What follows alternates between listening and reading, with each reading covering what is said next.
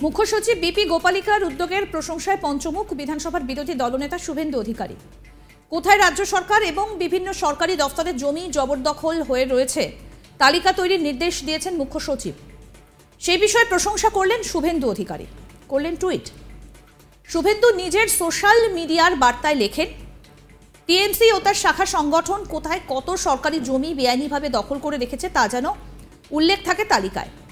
যাই হোক, আমি মনে করি যদি মুখ্য সচিব গত 10-12 বছরে কতটা সরকারি জমি বেদখল করা হয়েছে তা মূল্যায়ন করার চেষ্টা করছেন, তবে তার এই নির্দিষ্ট বিভাগগুলির সঙ্গে সম্পর্কিত ডেটা সংগ্রহ করার চেষ্টা করা উচিত।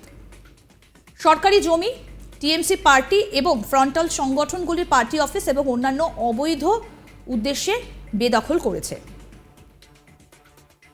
দ্বিতীয়ত, রোহিঙ্গাদের বসতির জন্য ব্যবহৃত জমি।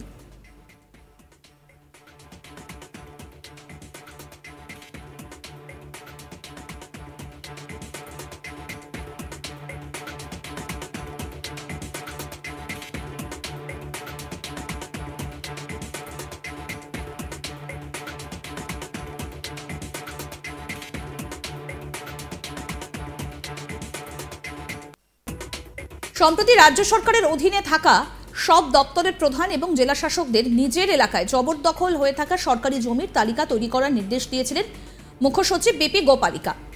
21শে জুন আজকের মধ্যে অর্থাৎ 21শে জুনের মধ্যে সেই তালিকা আন্ডার সেক্রেটারিকে মেল করে দেবার কথা বিভাগীয় প্রধান এবং জেলা শাসকদের। লোকসভা ভোটের পর এদিন আবারও নবান্নে পুলিশের কর্তা এবং সরকারি আধিকারিকদের নিয়ে বৈঠক করেন মুখ্যমন্ত্রী মমতা বন্দ্যোপাধ্যায়। সূত্রের খবর, সেখানেও কলকাতায় জমি দখল নিয়ে ক্ষোভ প্রকাশ করেন মুখ্যমন্ত্রী। বিধাননগরেও জমি দখল হয়ে যাওয়া নিয়ে প্রশ্ন তোলেন।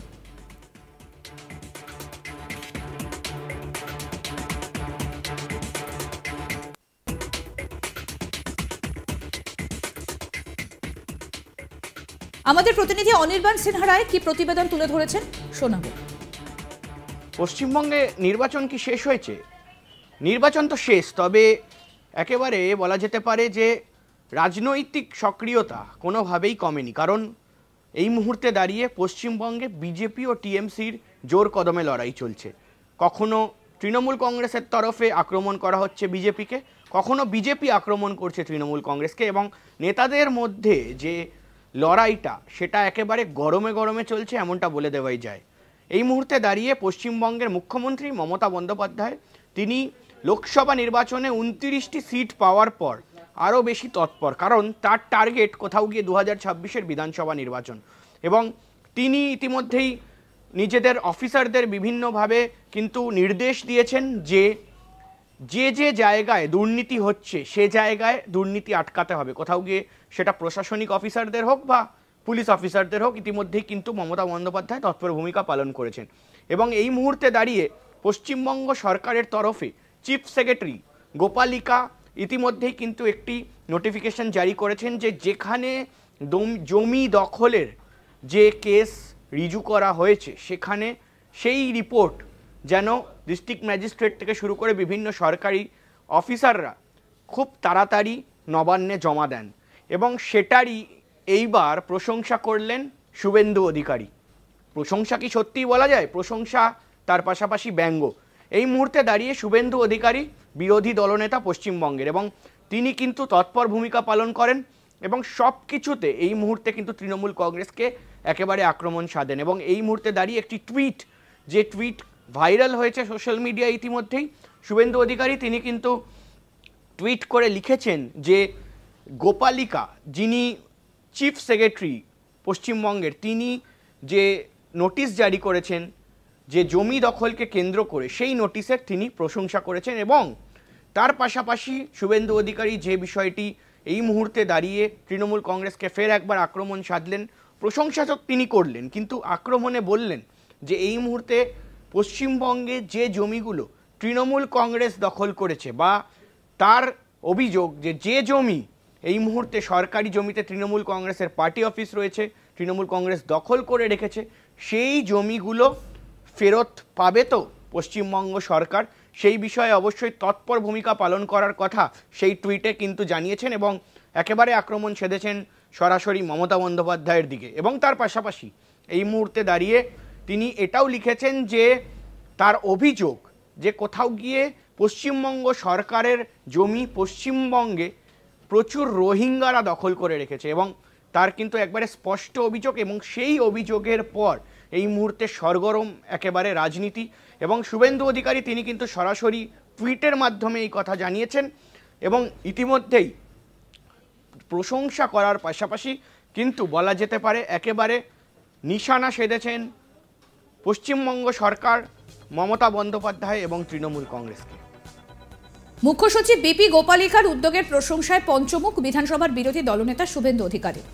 কোথায় রাজ্য সরকার এবং বিভিন্ন সরকারি দফতরের জমি জবরদখল হয়ে রয়েছে তালিকা তৈরির নির্দেশ দিয়েছেন মুখ্য সচিব। সেই বিষয়ে প্রশংসা করলেন শুভেন্দু অধিকারী, টুইটও করলেন। তিনি কি বলেছেন টুইটে? শুভেন্দু নিজের সোশ্যাল মিডিয়া বার্তায় লিখেছেন, টিএমসি ও তার শাখার সংগঠন কোথায় কত সরকারি জমি বেআইনিভাবে দখল করে রেখেছে তা যেন উল্লেখিত থাকে তালিকায়।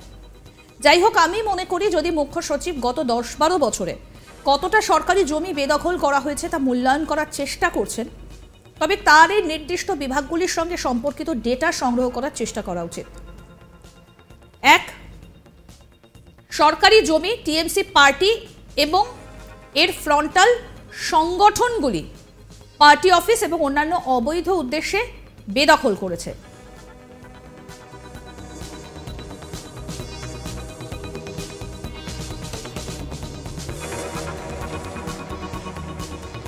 আর 2 হচ্ছে রোহিঙ্গাদের বসতির জন্য ব্যবহৃত জমি।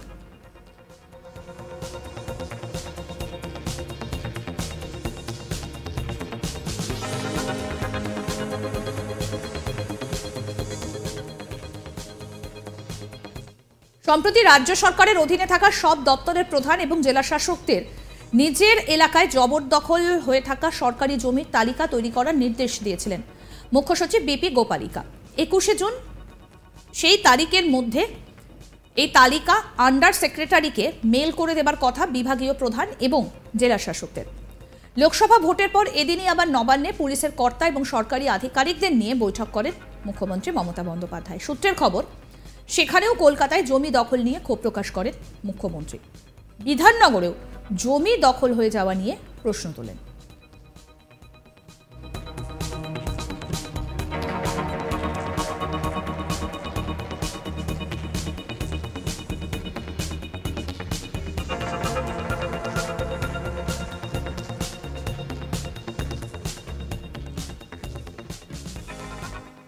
আরও আপডেট পেতে দেখতে থাকুন আজ তাক বাংলার ইউটিউব চ্যানেল, সাবস্ক্রাইব করুন।